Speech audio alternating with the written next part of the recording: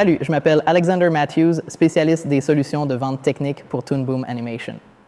Dans cette vidéo, je vais vous montrer à quel point il est facile de créer une animation de type papier découpé dans Toon Boom Harmony 22. Donc, la première chose que je vais faire est d'importer un marionnette de personnage depuis ma bibliothèque. Je vais juste dézoomer un peu.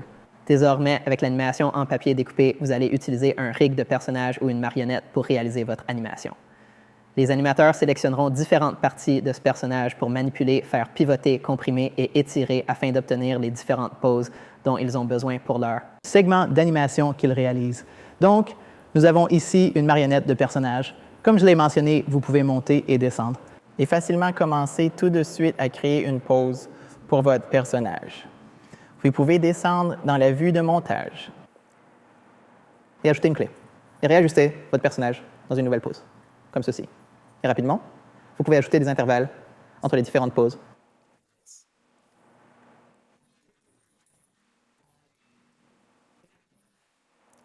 Et juste comme ça, le logiciel a regardé les deux poses que vous avez créées et a généré des intervalles pour vous très rapidement. Alors, vous pouvez également utiliser ESKers sous le nom de bibliothèque d'action. Il peut y avoir des cas où plusieurs animateurs dans votre équipe veulent animer une scène spécifique. Ainsi, vous déléguez votre scène et les animateurs animent individuellement différentes sections de cette scène. Ils vont enregistrer ce qu'on appelle un modèle d'action dans votre bibliothèque. Et ce modèle d'action contiendra en fait l'animation qu'ils ont faite sur le personnage. Ensuite, vous pouvez facilement l'intégrer par section dans votre scène lorsque vous assemblez le tout. Je vais vous montrer comment. Donc, j'ai ici un modèle d'action. Et tout ce que je vais faire, c'est le glisser depuis ma bibliothèque et le déposer directement sur ma timeline. Comme vous pouvez le voir, je peux le placer où je veux.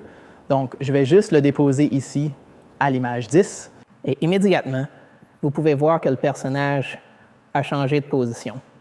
Et si je déplace la tête de lecture ici, vous pouvez voir que l'animation a été ajoutée. Je vais régler l'image de départ ici, et l'image de fin ici, et lancer la lecture.